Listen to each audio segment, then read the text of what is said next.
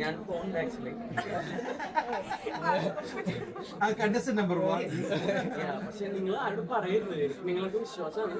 ആരും പറയുന്നില്ല. ബിഗ് ബോസിൽ പോണ കാര്യം ആരും പറയരുത് കേട്ടാ.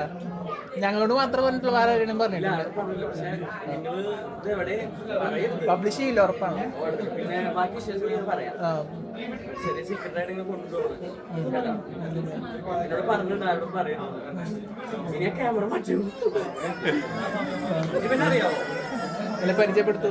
അമൃത് ഞങ്ങളുടെ കൂട്ടത്തിലെ അപ്കമിങ് ആക്ടറാണ്.